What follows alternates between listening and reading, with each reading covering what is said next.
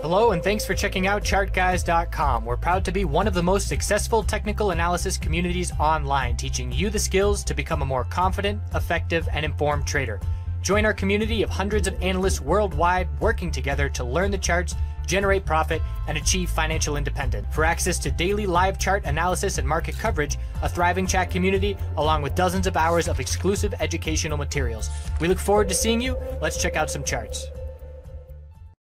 Hey everyone, checking in on the market. So the bulls showed up today. Specifically at the end of the day, we saw the financial sector bulls buying an oversold bounce on the hourly time frame. Heading into the FOMC, we saw some shorts covering and some bulls buying the dip. Bullish reaction to the tech sector as Apple was running strong all day, and then a bullish reaction after hours to the earnings for Apple. Not a huge move, but big enough move to get some of these bulls a little bit higher after hours. And the question is going to be, can the bulls hold on to these gains during regular trading tomorrow when the real volume starts to come in? So with the range continues to tighten, we have our high, low, lower high, higher low, lower high, higher low. 262.11 to 267.89 is the range, and 265 puts us right in the middle of that range, and that's where we stand right now. If we get a break of one of these levels this week, that is going to shift the odds of which direction we're going to break this weekly time frame, and right now it's a 50-50 toss-up. So we're going to be looking for the FOMC reaction tomorrow at 2 p.m. Eastern.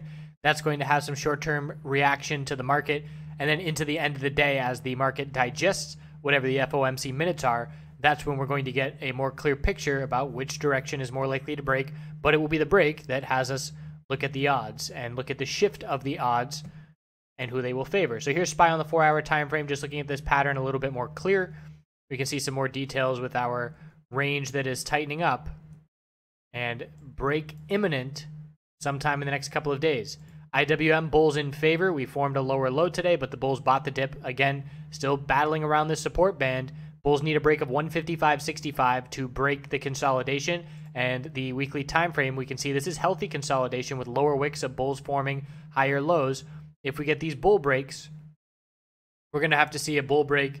There'll be a bull break on the daily time frame for IWM at 155.65, but the real level is all the way up at 158.38. So because SPY has gotten tighter, we're going to break there first, but that doesn't necessarily mean that that's the break that's going to get all the follow through. Have to see volume behind it and have to see IWM follow along as well and eventually break in the same direction to have that confidence.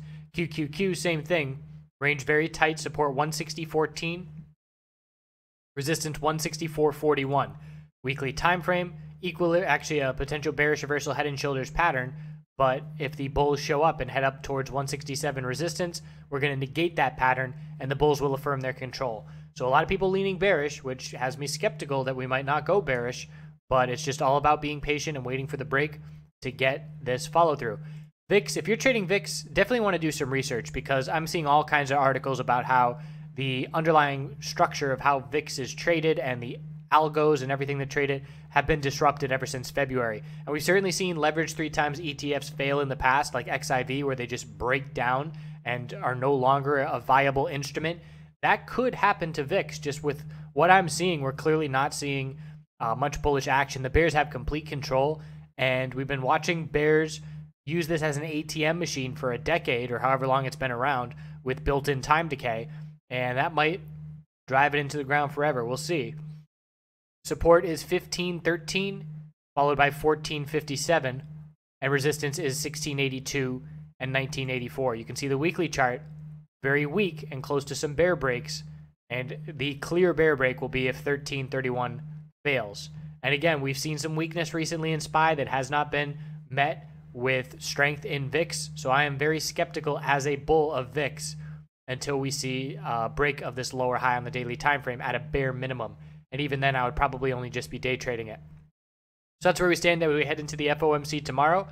We'll see if the tech sector can hold the gains from the Apple earnings reaction, and we'll see how the financial sector reacts to the FOMC minutes. I appreciate you watching. We'll see you tomorrow.